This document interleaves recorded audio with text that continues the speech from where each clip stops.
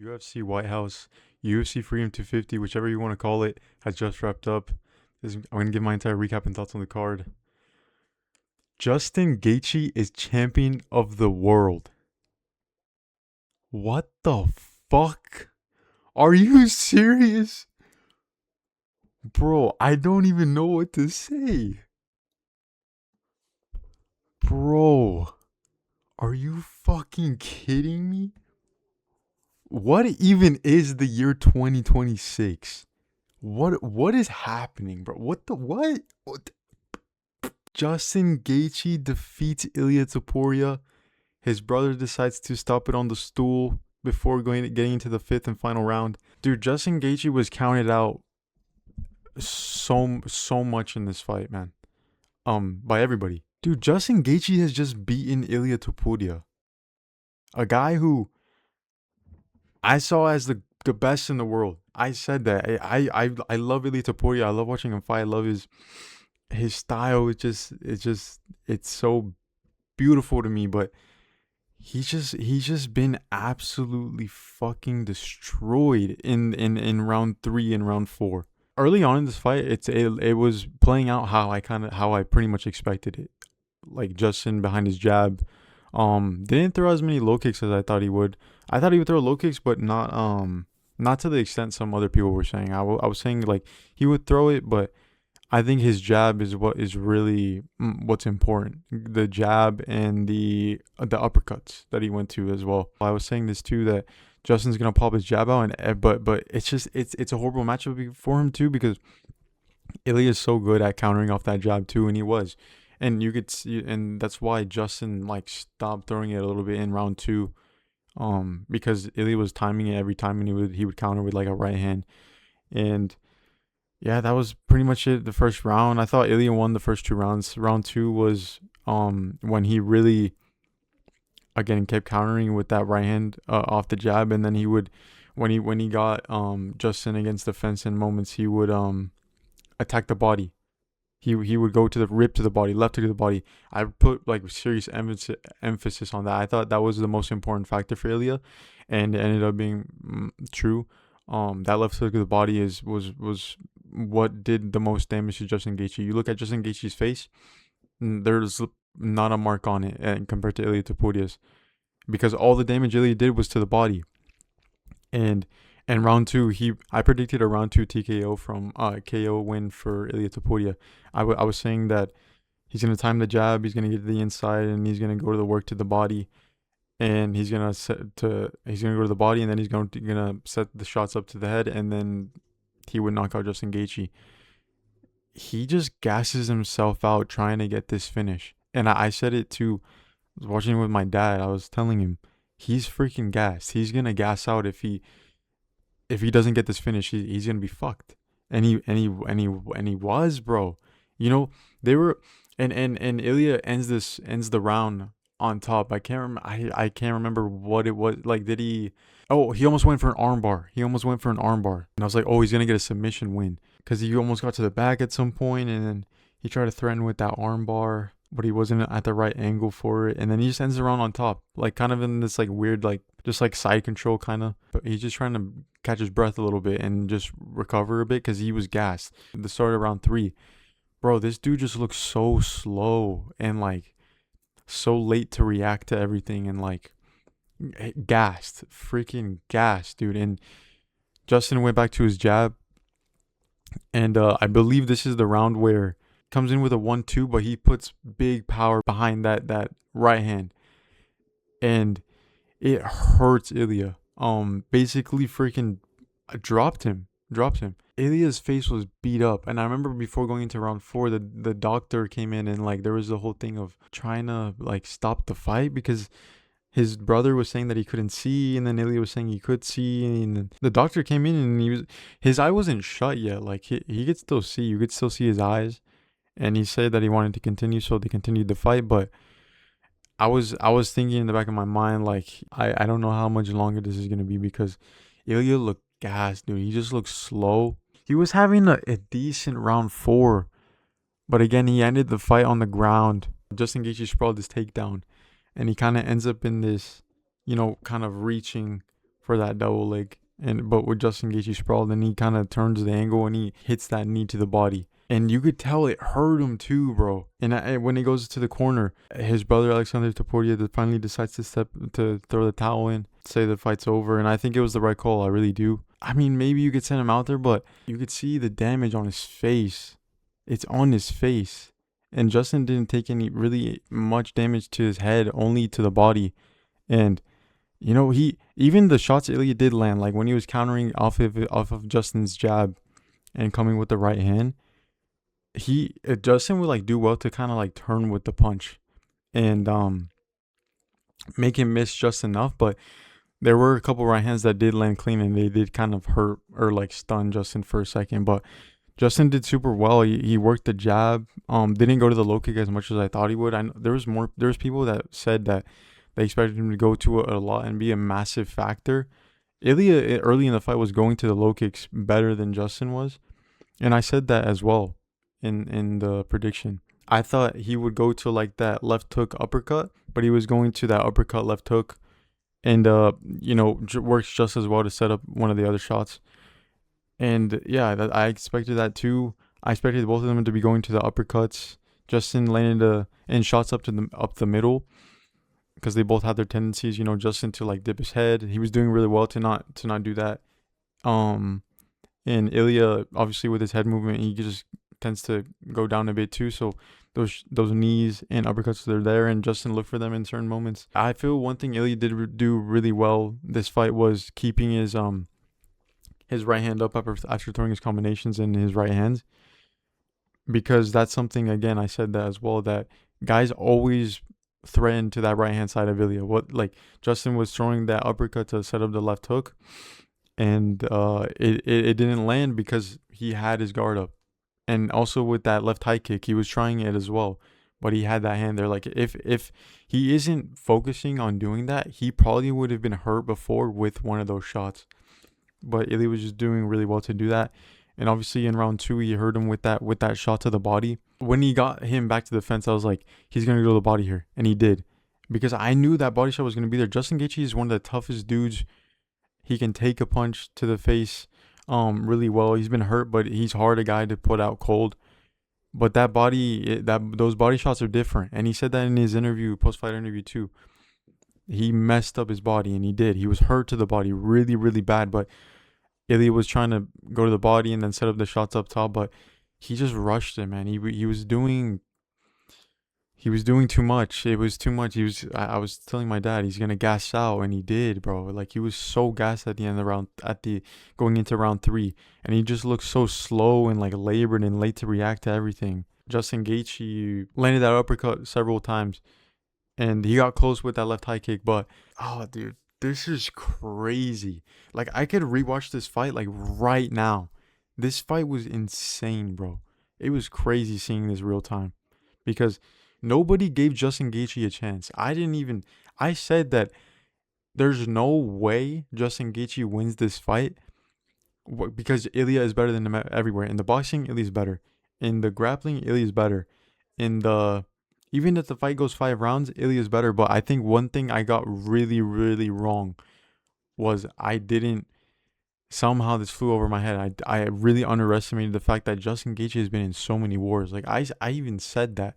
I said he's been in so many wars, and I just think that Ilya, when he lands, it's different. There's more consequence when you land compared to the guys who have hurt Justin Gaethje in the past, the Michael Chandlers, the Patties, the Fiziev, whatever, like Max, There's more consequence when you get called by Ilya. But dude, Justin can take a fucking shot, bro.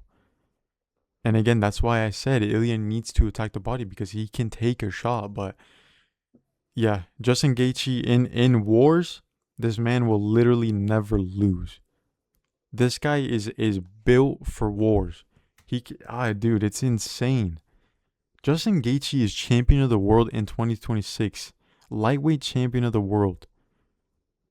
At 37 years old, beating an Ilya Topuria that I thought was the best fighter in the world. Just like what? I can't even explain what is happening in 2026 right now. This is crazy, bro. What a win. What a I cannot believe it. I can't believe it. I'm not mad about it at all. Absolutely not. This was insane to watch real time, dude. I was so certain about this prediction too, bro. And it almost came to fruition. I said round 2 TKO, KO win for Ilya.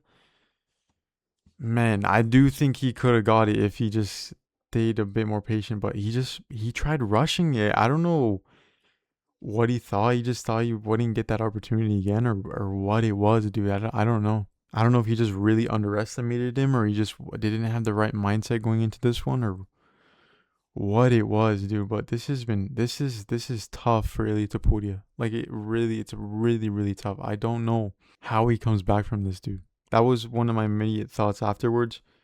Well, after all, the Justin Gaethje's champion, he just won on the White House lawn in front of all of America. But yeah, I don't know how Ilya's gonna come back from this. I genuinely don't know.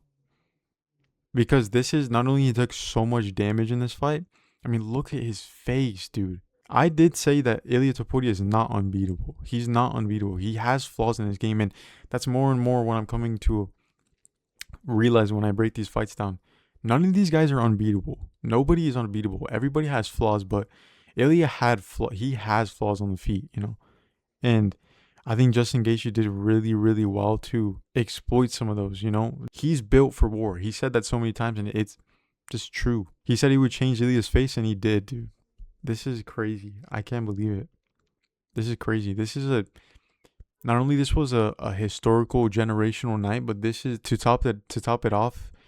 This main event was unreal. And I love Ilia Topuria, but I'm not complaining at all, dude. This was crazy to watch. Crazy to witness this. I'm so happy for Justin Gaethje. He's a legend of the game. I said that. He's a legend of the game. I just thought he was in a horrible matchup. Proves me wrong. Just so durable, so tough. Justin Gaethje is the dog of all dogs, bro. It's insane the amount of punishment he can take. Man, Justin Gaethje is champion in 2026 over Ilia Topuria, beating Ilia Topuria. Justin Gaethje should retire right now. There's no better time for him to retire. There's no better time. You just won at the White House. You just being the guy who everyone saw as the best in the world, me included, and was going towards being one of the greatest of all time, and has this resume. Justin Gaethje gets it done. Guys, just real quick, I don't really want to say this, I'm just throwing this out there, like, where are the Paddy Pimblett haters right now, brother? I'm just saying that. I'm not going to talk about Paddy right now. A historical win. I will never forget this day. This was crazy to win in real time. This is one of the greatest upsets ever. But yeah, I mean, I guess we'll move on. But I could talk about this all day. This is absolutely crazy, guys. Justin Gaethje gets it done over Ilia Topuria. Oh my God. I already know Islam's going to have a field day. Armand as well. But again, I said, I don't know how he comes back from this, dude. This is a tough one. This is a really tough one. Going into the co-main, it's really tough when you study these fights all week and you get both of them wrong. It's so tough, dude. I went with Alex Pereira to win by a decision. It was kind of bold, but I said around 4 TKO or a decision. I don't think Alex looked great, man. I really don't. When he tried to counter Ciryl Gane in moments, he did look pretty quick still, but I think his movement and his reaction time was just really just not great. I thought he looked really slow in his movements, like compared to Ciryl, bro. Ciryl was, again, we know this, but Cyryl's so light on his feet, just circling, just so athletic, bro. Like, never seen anything like him at heavyweight ever. It's really just freakish. Both of them were very patient, attacking each other's legs. Ciryl Gane trying to fake the takedowns, throwing those straight shots like I expected him to. Alex was just being very patient. Didn't really throw much, land anything crazy in that round. At the end of the round, he landed something, but I can't really remember. Think it was just a straight shot. But yeah, man, Gane was going to those straight punches like I expected him to. I said that those straight punches are what really do the damage to Alex, because he just doesn't really defend well against them, against quick straight punches. The Khalil and Kalaev, freaking whoever, they've landed those straight shots on him in every single one of his fights. And I knew Cyril, he's a very quick heavyweight. He's going to go to them, and he had success with them. Alex came out more aggressive in round 2, I remember. But Cyril Gane just lands a nice, just really nice stiff jab. And it hurts Alex really badly. Cyril Gane goes into to finish the fight. Goes in with combinations. I believe they end up on the ground at some point, and Cyril Gane's trying to finish it, and then Alex Pereira survives. He breaks. But Cyril Gane just continues trying to get the finish, and he just lands these combinations. And during the finishing sequence, I was like, this looks really, really similar to like the finishing sequence of like Alex and Izzy in their first UFC fight. And yeah, Cyril Gane just continued with that, and he was landing really, really nice shots. Yeah, it was a good stoppage, bro. It is kind of becoming a thing. I saw people like saying the back of the head shots and whatever. And I do think some of them look that way. And even when breaking down the footage, like he does tend to do that a bit. But I mean, really good win for Cyril Gane. Like this is a massive win for him. I thought this is the best performance of his career so far. Really, really good win. Like I thought Alex Pereira was gonna win this fight. Like I really did. And this is a very, very good performance, man. There's not much else to say. Cyril Gane is the interim champion again. The Tom Aspinall fight is the fight. That is the fight. It needs to happen.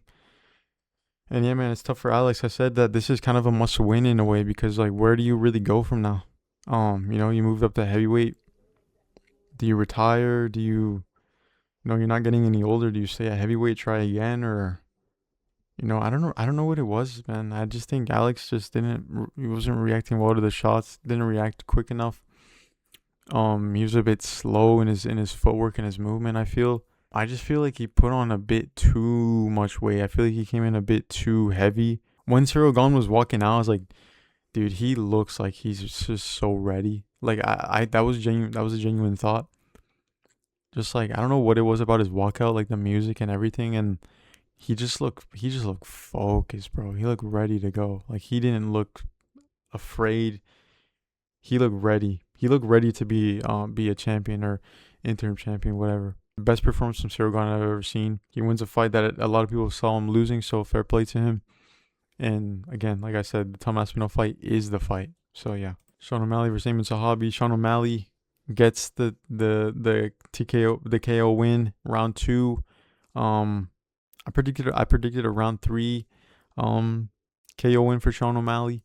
I didn't hate on any of my predictions. I got some of the majority of the outcomes right, I guess, but the rounds I was off by a lot, and obviously the last 2 I got completely wrong. So yeah, last 2 pay-per-views, I've gone both the co-main and main wrong. But like, to be fair, like these have been insane upsets. Like Hamza losing to Sean, and then Ilya losing to Gaethje. Like this is unreal, guys. Yeah, Sean O'Malley gets it done, man. It was a pretty like just alright first round. Eamon Zahabi was just like staying on the outside. I knew that he always starts the fight by like circling on the outside to kind of get a read for things. But even in round 2, he stayed that way. I knew that was an issue. Sean was just kind of staying, just kind of moving around, following him. And Eamon would just kind of throw those low kicks. Is really all he was throwing. I mean, that's what I was saying about Eamon Zahabi. He doesn't throw anything crazy. He just throws simple stuff, low kicks, straight punches, hooks, body shots, whatever. And Sean's a hard guy to get a read on. You could see it in round 2. He came out with those with the feints, and again, Zahabi was biting on them. That's what I said too. He's gonna be biting on those feints all day.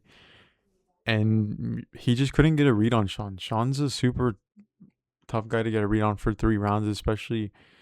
He just has one of the best styles and hardest styles to read and figure out. What is a weakness of Eamon Zahabi are the straight punches. Jose Aldo dropped him with a straight punch. Cheetos dropped him with a straight punch. Sean O'Malley lands a short right hand, I believe, left hand. And then he comes, and then he drops Eamon, and he gets back up. As he's getting back up, lands a nice 1-2 right on the chin. Drops Eamon. Fight was over. Ref seen enough. Sean O'Malley hits the salute on the White House lawn. Such an incredible moment. seeing Justin Gaethje do the backflip at the White House is just that's gonna live till the end of time of history. That is, frame it. I might genuinely frame it, dude. But yeah, Sean O'Malley hitting salute. Yeah, man, this is crazy. Sorry, I keep thinking about the main event, dude. I can't believe it. I actually, like, I'm not gonna stop thinking about this for freaking weeks, bro. This is insane. The Sugar Show. The Sugar Show is back, man. I cannot be happier. I love Sean O'Malley. He's one of my favorite fighters in the world. Just love his style. So beautiful to watch. I said that. I didn't think there was any way Eamon Zahabi was gonna win this fight. I said it like it would be the second greatest upset on the card if it were to happen. Because I don't see how Eamon Zahabi would beat Sean O'Malley, because he doesn't mix in takedowns. He's pretty much just his on the feet with guys, tries to outwork them and just pressure them all the time. But Sean O'Malley is just better than him. And there's levels, bro. There's levels, and I said with a good performance, he could put himself into that title contention. He's over Umar right now. I think the fight to make right now in bantamweight is Jan versus Merab in the rematch, because Merab deserves that. But again, I think Merab is like injured right now. I'm not sure what's going on with that. But Sean is there. He's there next. Like maybe you can make because Umar is fighting David Martinez, and I think Eamon Zahabi was on a bigger win streak than David Martinez is. But if Umar wins, then, which he probably will, then maybe you make Sean O'Malley, Umar, maybe on the same card as Jan versus Merab. I don't know. Sean has put himself over Umar at the moment. But yeah, man, I think everyone wants to see that fight, Jan versus Sean O'Malley. Their first fight was very competitive, but a lot of people had Jan winning the fight. But I'd love to see it again, man. I think stylistically, it's such a good matchup at 135, and I want nothing more than that fight at 135. That is the fight. I that would be massive. I would love to see it. I would love to see Sean O'Malley become champion again. But obviously Petr Yan being champion is always good too. So we're eating good, boys. But yeah, Sean O'Malley, Sugar Show is back. Hits the salute. Cold celebration. I love Sean O'Malley. Let's go, bro. Josh Hokit defeats Derek Lewis by round 2 KO. Round 1 was really uneventful. Josh Hokit came out a bit more patient, like I kind of expected. Tries to threaten the takedown. Was going with those straight punches. Yeah, it was just kind of a patient round 1. I think Josh Hokit was just kind of trying to be careful of not trying to run into a shot. Like we all knew if he comes out fighting like he did versus Curtis Blades, then he would get hurt. But round 2 lands more straight punches, lands really good shots. He's just quicker than Derek was, bro. I remember there was like one good shot Derek landed. They were like in this clinch, and Josh Hokit had his head kind of down, so he kind of just rained a shot, and Josh Hokit felt it. That's why he backed away and went back to being at a distance. But I thought Josh Hokit would get it done like late round 1, but he gets it done in round 2. It's just a good win for Josh Hokit, to be honest. Like it's just kind of what I expected. The finishing sequence was good. I thought Herb could have, or was it Herb? I can't remember. He could have stopped it like way before, I think. Like a little bit before, because Derek was kind of out on his feet on that one shot, and then he went down. When he went down, he should have stopped it. You don't need any follow-up shots. It was a good win for Josh Hokit. It drops a crazy line on the post-fight interview. Oh my god, it's a crazy thing to say at the White House, but it's Josh Hokit, man. Continuing to just be super entertaining. I love watching Josh Hokit. I think he's very talented too, man. There's no denying it. He was a lot quicker than Derek Lewis. He's a lot quicker than these guys. And yeah, it's just what got it done. The straight punches. It was kind of sad to see for Derek, but he just wasn't in a good matchup. Josh Hokit was always going to win this fight, in my opinion. Mauricio Ruffy defeats Michael Chandler by round 1 KO. I thought Michael Chandler would be able to get out of round 1, and he almost did. He's just so calculated, man. He's just such a slick striker. Patient, like always. Patient early on. Ruffy's just a better striker than him, man. And Michael Chandler, I feel like just didn't. He waited too long to like try to attempt takedowns too late in the round. He let Ruffy get really comfortable. Michael Chandler was just super hesitant, and when he would overextend on stuff, Ruffy would just counter him, and he's just such a good counter puncher, and it wasn't good, man. He was accepting being put on the back foot. I thought he had to be putting a bit more pressure, just again attempting takedowns from early in the fight, not later. I feel like he took too long to do it. Yeah, Ruffy, when he would get him back to the fence, he would just let shots go, spinning wheel kicks, and Bro, it doesn't matter if you're throwing spinning wheel kicks and you're just trying to defend by putting your hand in the way, getting your guard up. Bro, there's so much momentum and so much speed and power from them from the wheel kick that it will get through regardless. And it was hurting Michael Chandler. Yeah, Hoofy was just doing well against the fence. He was going to the body. That's what really did it. Hoofy just too accurate, man. Just super accurate, incredible timing. He's a really, really special striker in the UFC. Like, seriously, I do like Michael Chandler. I just thought this was a really bad matchup for him. Like, I never saw him winning the fight. And Hoofy is just really good, man. He's a slick striker. Want to see him get somewhere near the top 5 next, because I think that is where his level is. Really good performance as I expected. Bo Nickal, Kyle Daukaus. I thought this one was going to go to a decision. Bo Nickal gets this one done by round 1 TKO. I literally don't remember what he landed, but I remember Bo got a takedown. They got up. I think it was just like a right hook left hand or something like that. I don't even remember, but either way, it dropped Kyle Daukaus, and Bo Nickal comes in with the follow-up shots, I believe. Bo Nickal's striking just continues to evolve. Like, I expected this fight to kind of play out on the feet, and maybe Bo Nickal mixing a takedown, and he did. Yeah, it was a really good win for Bo. Good win. It's the win he would have wanted at the White House. I think he should get a top 15 opponent next.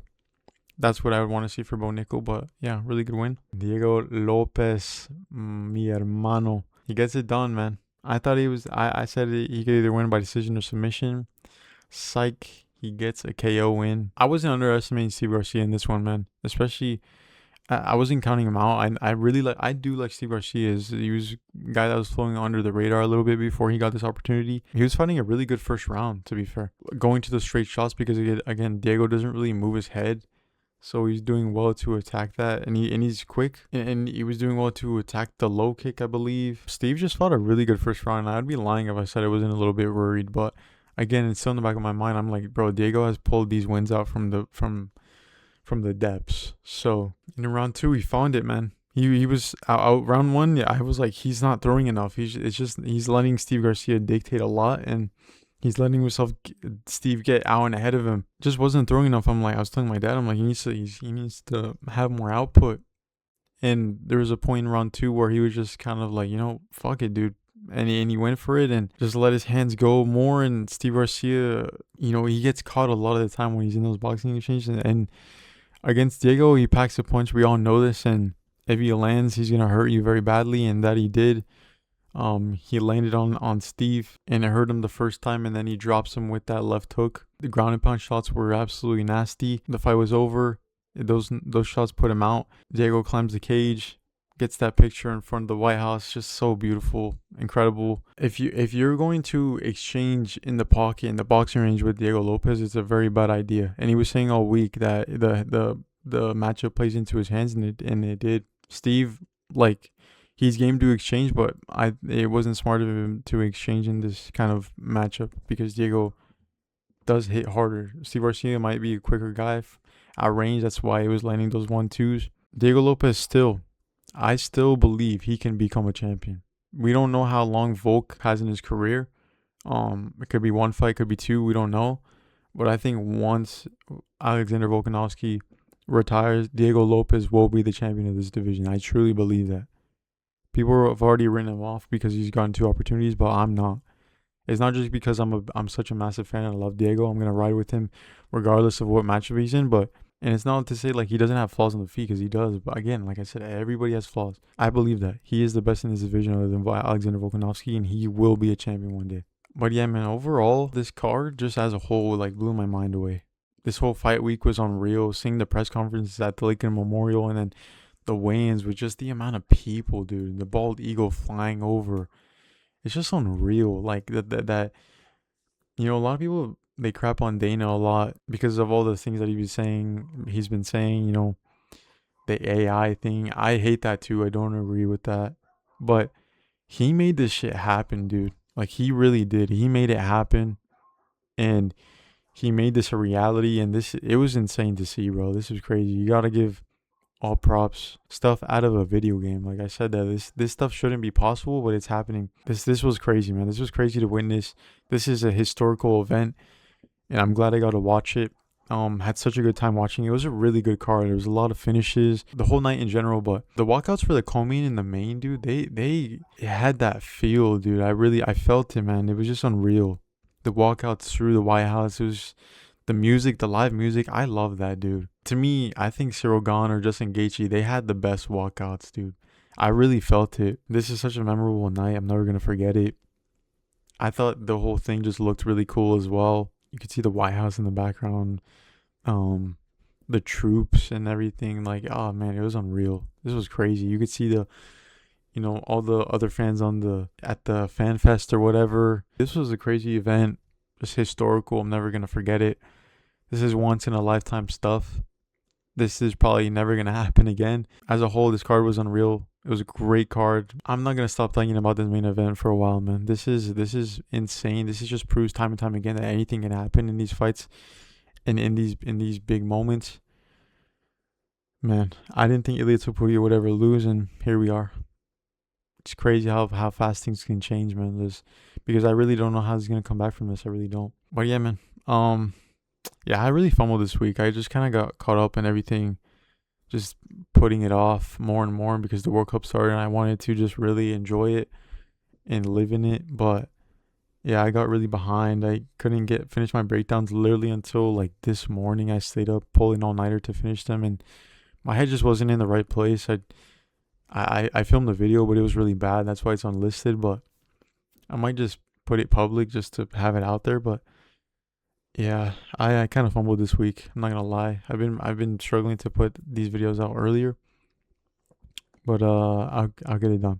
It was just incredible to watch. Like, this whole event was insane. It's once in a lifetime stuff, like I said, and these are the events that really, like, this is it, bro. Like, this stuff, this was it. And even with it being 7 fights, it flew by really quickly because of all the finishes, but it was enough, man. This was incredible.